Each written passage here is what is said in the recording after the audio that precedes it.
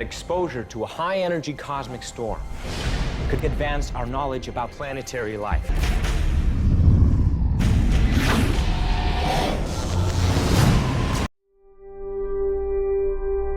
My name is WIENCKE. My area of research is astroparticle physics. I'm interested in the highest energy particles in the universe. These are particles that have the equivalent energy of that a bowling ball would have if you were to drop it onto your foot, except that the energy is all in one nuclei or proton. We're out in southeast Colorado, and we're on a research site. What I'm sitting on here is a simplified cosmic ray detector that measures the light produced by cosmic rays when they interact in the atmosphere. These cosmic rays at this high energy are very rare. In 1 square mile, the flux is something like 1 every century. It's basic research. Everything we know about the universe is determined by looking at photons. So radio, optical telescopes, all the way up to gamma ray telescopes. So this is really a chance to look at the universe in a new way.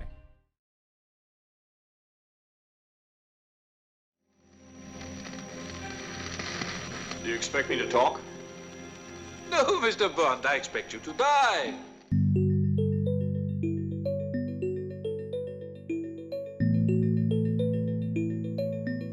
Hi, I'm SQUIER, and I'm a professor in the physics department at the Colorado School of Mines, and my research is femtosecond optical physics. These are the shortest events that mankind can create right now. When you cut with a femtosecond laser, the cuts become extremely precise. And in fact, you can cut inside of transparent material. And it turns out this has profound implications for things like eye surgery. In fact, you probably cannot go to an eye doctor today that uses a laser that doesn't employ some kind of femtosecond laser to make these types of cuts. So another really interesting application that we're using these lasers for is a little laboratory on a chip. So we want to make a health diagnostic, for example, that will analyze your blood and then tell you whether you're healthy or not.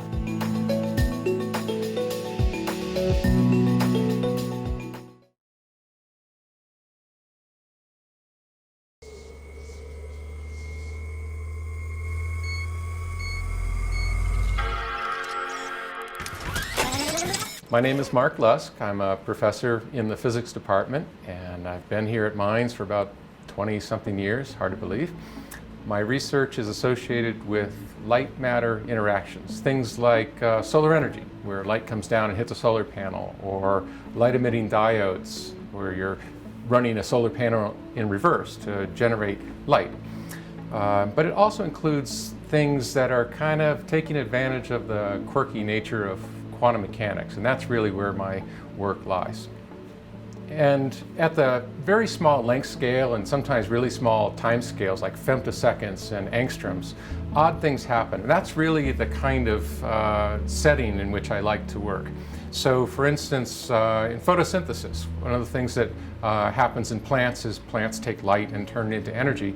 We'll drill down and look very carefully at how photosynthesis happens, but we'll look at it as physicists, not as biologists, and we're looking at the quantum mechanics of the process of photosynthesis. And when we completely understand that process, then we can turn things around. Either we can ask, how might we design a solar panel that does what plants do but does it better, or we might even ask questions like, hey, inspired by what we see the plants doing, maybe we can do something completely different that plants, that nature had never thought of. And it's that second one that I really like to get involved with.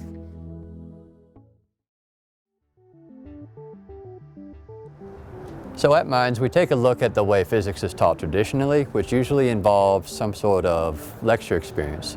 A whole bunch of people come into a room, instructor comes into a room, instructor has prepared a lecture based on the material in the book. They write their notes up on the board.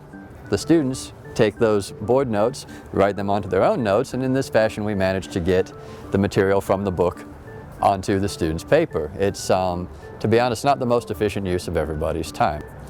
So at all levels in our department, we make an effort to make better use of our time and your time.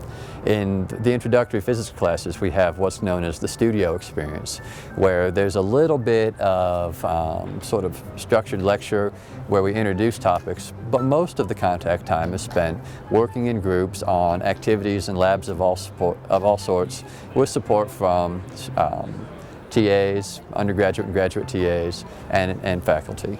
So you spend more of your time thinking and doing and less of your time just sort of copying things out of the book.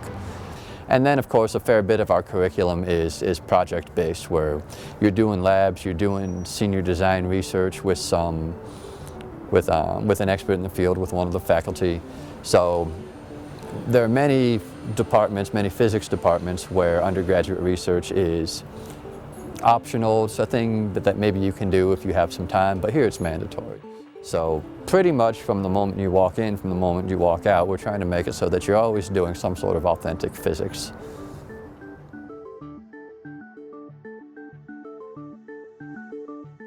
You know, these questions, curiosity-driven questions that come to mind for physicists, if you're curiosity-driven and those things bug you that you don't understand. For instance, we talk about time as the fourth dimension, but somehow there's an arrow of time. Why is that? If these questions are intriguing to you, then you should consider a physics major. And that doesn't mean that you're going to sit in a corner, you and Stephen Hawking drinking a cup of coffee and trying to figure out what black holes are about. It's not like that. You know, some of the things that I do are very practical, but the quirky quantum mechanics business that you think of when you think of physicists, for instance, that can have a very practical application. You could think of it as quantum engineering. And so it doesn't mean that you have to be pie in the sky. You could be doing a very important technological problem. It's just that you're using these tools and your understanding of the underpinnings of nature to address problems that have an important societal impact.